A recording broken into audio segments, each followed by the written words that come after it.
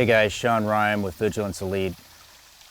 I did a Q&A a while back on the old IG, and I got a question asking me if I deal with social anxiety and or anxiety in crowds. And I thought that was a really good question, and so I answered it, and it gave me an idea. I thought I would do a video on it. So I put a couple of feelers out on YouTube and Instagram, and I was going to cater this whole thing towards kind of combat vets transitioning and the social anxiety that we deal with coming back into regular society. But when I put the feelers out, I realized, holy shit,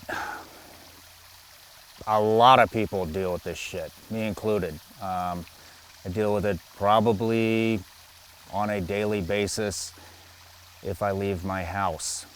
So, which is why I bought a place out in the middle of fucking nowhere, because I don't like talking to people and I get anxious when I have to go to social functions. So, so I'm just gonna talk about these 6 things that I've used to kind of help me power through that shit and overcome social anxiety. So here we go. Social anxiety really hit me hard when I left CIA. That's when it really kicked in for me. I got out, I left CIA, I had no clue what the fuck I was gonna do, where I was gonna go. I had no hobbies other than drinking, and which made me feel pretty fucking insecure, especially when you go to these social functions and it's all, you know, doctors and lawyers and fucking stockbrokers, and this person has a fucking truckload of money, and this person, you know, and you just constantly feel like you're being judged because you don't really have anything going on at that time. And for me, the 2 questions that I fucking was terrified of is, what do you do? And what are your hobbies? What do I do? Well, I wasn't doing anything. I could talk about, actually I couldn't even talk about what I did. Most of the shit I'll probably never be able to talk about. And that's fucking embarrassing to me. It's, well, you know, for the past 14 years I've been doing this shit, but I can't tell you anything about it. And, you know, it bothered me. And then the other one was, you know, what are your hobbies? Well, I don't have any fucking hobbies other than getting shit-faced from the time I get up until the time I go to sleep. And I don't sleep. So, those are 2 questions that I would avoid, and amongst a whole slew of other emotions, but and things that I was dealing with. But I found a couple of things that helped me out, and I've kind of broken them up a little bit here. 2 things that get me through social events still to this day, I still use this shit everywhere I go, is 1, I don't ever put myself in a situation that I cannot get myself out of.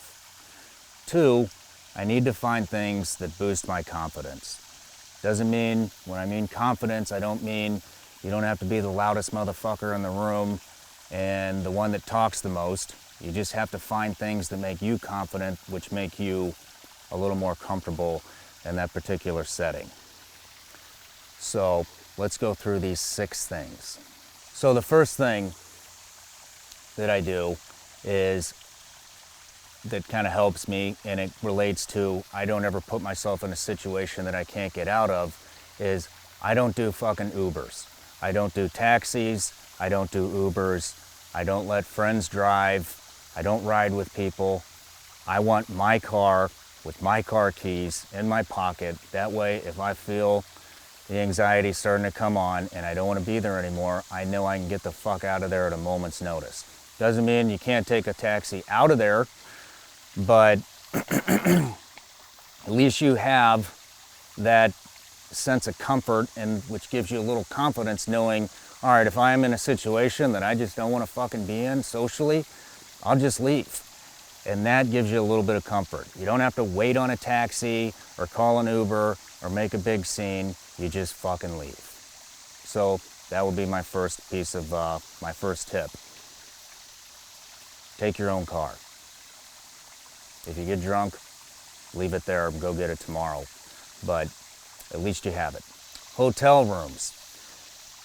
As I kind of mentioned before, and if you want to get more in depth, you can click the link above and listen to the TNQ podcast I was on. But I had ruined every relationship, all of them. And it got real fucking awkward, even with family. I'm still rebuilding that, and I still get a little anxious sometimes. Friends, family, everyone. If I'm gonna go on an overnighter somewhere, I always rent a hotel. It gives me my little, we'll just call it a safe space. But if I start getting angry or anxious, a lot of times my anxiety switches to anger immediately. I know I need to leave before shit gets bad. And knowing that I have a hotel somewhere I can go to, it comforts me and gives me that confidence, knowing like, all right, if things get out of control or if I'm just don't want to fucking be here, I don't have to make a scene and go, I'm fucking leaving, or it's just, I have my hotel, I go there, I fucking cool off. Nobody even has to know why you're going. Maybe you just say, oh yeah, I'm gonna go return some emails. And, or I'm gonna go, I gotta make a phone call real quick. Go over there, go back to your hotel or wherever it is, and, do the whole woosah thing. Woosah. Code words and or little phrases that you can say to a friend or your significant other or whoever. All right, but it has to be somebody that you can really fucking count on, okay? I use my fiance, Katie, my special lady friend. And she knows when I say, this is my favorite song, it's time to fucking roll. I'm feeling uneasy and it's time to get the fuck out of there. And she makes it happen. I don't have to do shit. She comes up with the excuse on why we're leaving, or she just says, hey Shawn, I wanna go. And then it's not even me, it's her. Now I've got to change it, because everybody's gonna know when I say this is my favorite song, it's time to fucking roll.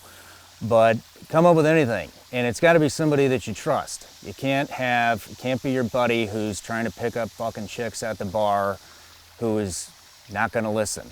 It can't be, the football game nut that's gonna sit there and go, oh, just wait till the end of the fucking quarter. When you say it, it needs to be somebody you trust, that when you do say it, they're gonna wrap it up and you're out the fucking door. And just knowing that you have that phrase and knowing that you have somebody that has your back no matter what is gonna help give you that confidence, and it's gonna put you at, at ease, it's gonna make you a little more comfortable. And boom, there's back to, I don't put myself in situations that I can't get myself out of. So find somebody you trust. Maybe it's your significant other, maybe it's your best friend, I don't know who the hell it is, but find somebody, come up with something, and stick with it. Don't feel like you have to talk all the time, all right? I get intimidated all the fucking time when I'm out in social settings, especially in the very beginning when I got out about 4 years ago. It was real bad, You constantly feel like people are putting you down. They might not even mean it, but you don't always have to talk. Quick story. I used to go out to dinner all the time when I first got out. My neighbor's mom, her name was Fern, and she was probably mid-70s, early 80s. She's passed away now. But I really liked going out to dinner with her because I felt comfortable with her. And I would tell her, she would ask why I don't go out more, why I don't, go to these social functions more, and I would tell her, like, I'm fucking intimidated. I live in Boca Raton, Florida, and every motherfucker I meet is a fucking plastic surgeon or a doctor or a stockbroker or a money manager or some badass attorney, and here I am, not doing shit, don't have a clue what the fuck I'm gonna do. I'm a social mess, and so I wouldn't go anywhere. And when I did, I wouldn't say anything. I'm not a talker. And I remember Fern told me, Shawn, you don't have to say shit. She's like, she said to me, just by you sitting there and listening with your background makes the entire room intimidated. She's like, I can't even believe you're telling me that you're intimidated by these people. She said, just do what you do. Just take it in, listen to them. You know, people love to talk about themselves. Let them talk about themselves, all right? So, and I thought about that, and I tried it, and I'll be damned, I think she's fucking right.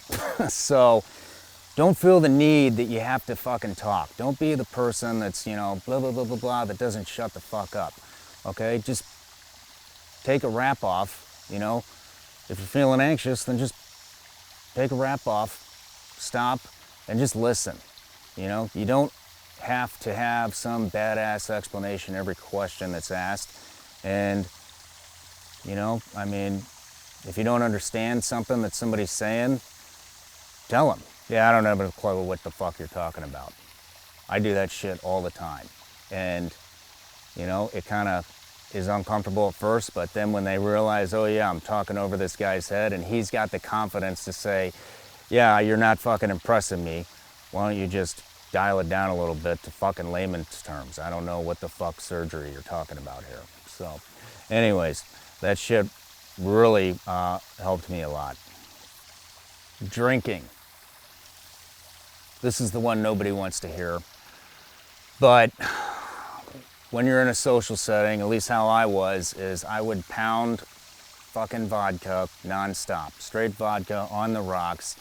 Well, this kind of goes back to getting yourself into something that you can't get yourself out of. Once you're fucking hammered, you're hammered, which means you can't reverse it, you can't get yourself out of it, you're just there. And I don't know how you guys are, but when I'm hammered, nothing really good ever happens. My anxiety gets worse eventually.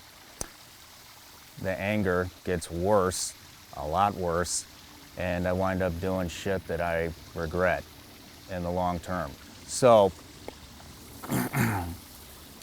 take a wrap off. You know, how I did it is, I don't drink hard shit anymore. I don't do shots of fucking whiskey. I don't do shots of anything. I drink wine, I have a couple glasses, and I call it quits. Here's another thing.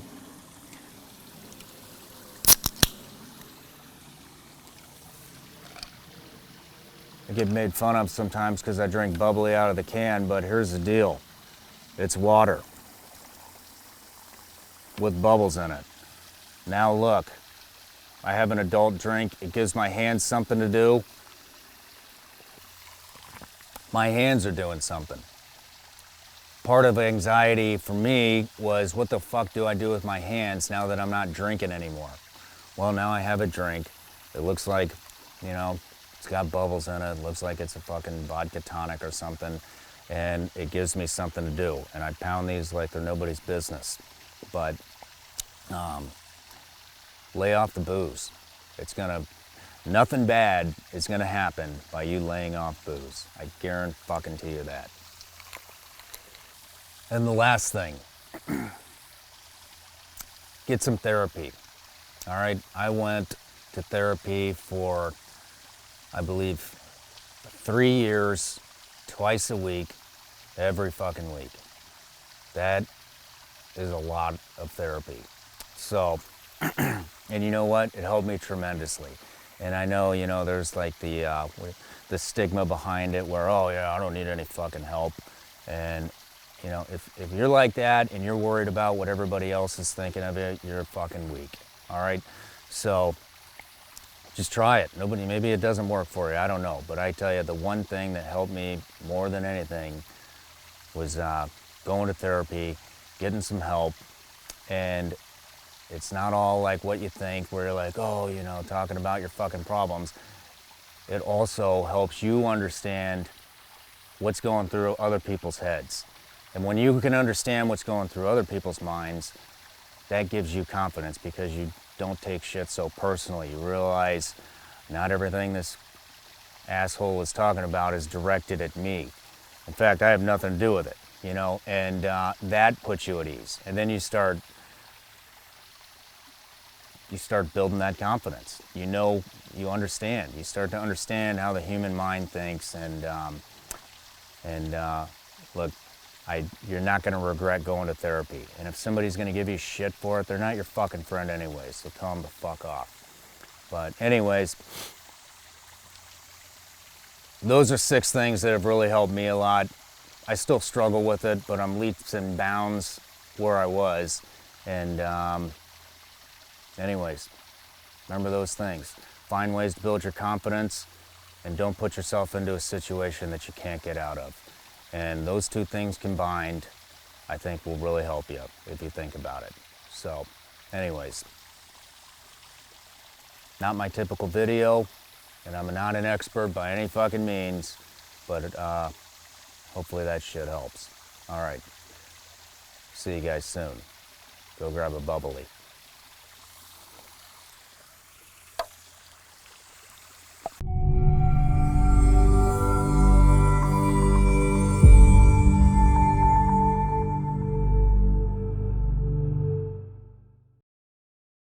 Social anxiety. I think a hell of a lot more of us have it than I thought we did. So I'm just gonna try to cater it towards everyone. So I'm not a fucking expert on this shit by any means, but I do deal with it probably damn near on a motherfuck. Fuck! I hate it when I fuck up. Hey guys, Shawn Ryan, Vigilance Elite. Ugh. Hey guys, Shawn Ryan, Vigilance Elite, and there's a fucking airplane going over right now, so I'm just gonna stop and wait till this fucking piece of shit flies over my property. A lot of it boils down to confidence, and when I mean confidence, I don't mean being the loudest fucking asshole in the room. Yeah, of course it's another fucking plane. Hey guys, Shawn Ryan, Vigilance Elite. I put a little feeler out on